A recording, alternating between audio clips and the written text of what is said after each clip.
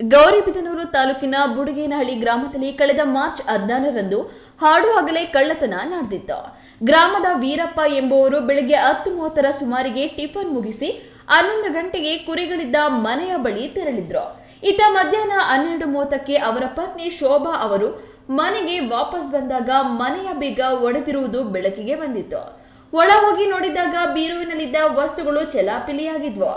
ಮನೆಯ ಬೀರುವಿನಲ್ಲಿದ್ದ ಬರೋಬ್ಬರಿ 52 ಗ್ರಾಂ ತೂಕದ ಚಿನ್ನಾಭರಣ, 30,000 ರೂಪಾಯಿ ನಗದು ಸೇರಿ ಒಟ್ಟು 1,40,40,000 ಮೌಲ್ಯದ ವಸ್ತುಗಳನ್ನ ಕದ್ದು ಪರಾರಿಯಾಗಿದ್ರು.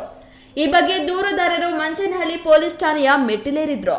ಪ್ರಕರಣ ದಾಖಲಿಸಿಕೊಂಡು ತನಿಖೆಗಿಳಿದ ಪೊಲೀಸರು ಕಳ್ಳನಿಗಾಗಿ ಬಲೆ ಬೀಸಿದ್ರು. ಚಿಕ್ಕಬಳ್ಳಾಪುರ ಎಸ್ಪಿ ಕುಶಾಲ್ ಚೋಕ್ಸೆ ಹಾಗೂ ಹಿರಿಯ ಅಧಿಕಾರಿಗಳ ಮಾರ್ಗದರ್ಶನದಲ್ಲಿ ಗೌರಿಬಿದನೂರು ವೃತ್ತ ನಿರೀಕ್ಷಕ ಅಂಜನ್ ಕುಮಾರ್ ಮತ್ತು ಮಂಚೇನಹಳ್ಳಿ ಪಿಎಸ್ಐ ಪುನೀತ್ ನಂಜರಾಯ್ ನೇತೃತ್ವದಲ್ಲಿ ವಿಶೇಷ ತಂಡ ರಚಿಸಲಾಗಿತ್ತು.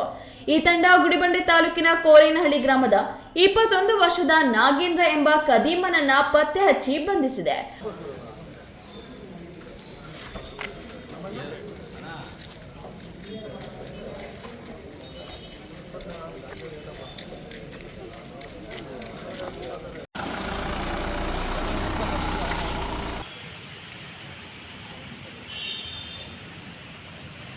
ಬಂಧಿತನಿಂದ 52 ಗ್ರಾಂ ಚಿನ್ನಾಭರಣ ಹಾಗೂ ಕೃತ್ಯಕ್ಕೆ ಬಳಸಿದ್ದ ಸುಮಾರು 60,000 ಮೌಲ್ಯದ ಬಜಾಜ್ ಪಲ್ಸರ್ ಬೈಕ್ ಅನ್ನು ಜಪ್ತಿ ಮಾಡಲಾಗಿದೆ.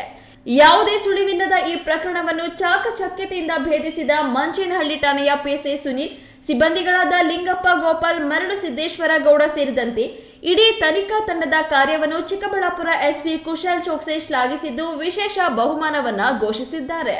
ಪ್ರದೀಪ್, ಈ ನ್ಯೂಸ್ ಟಿವಿ, ಗೌರಿಬಿದನೂರು.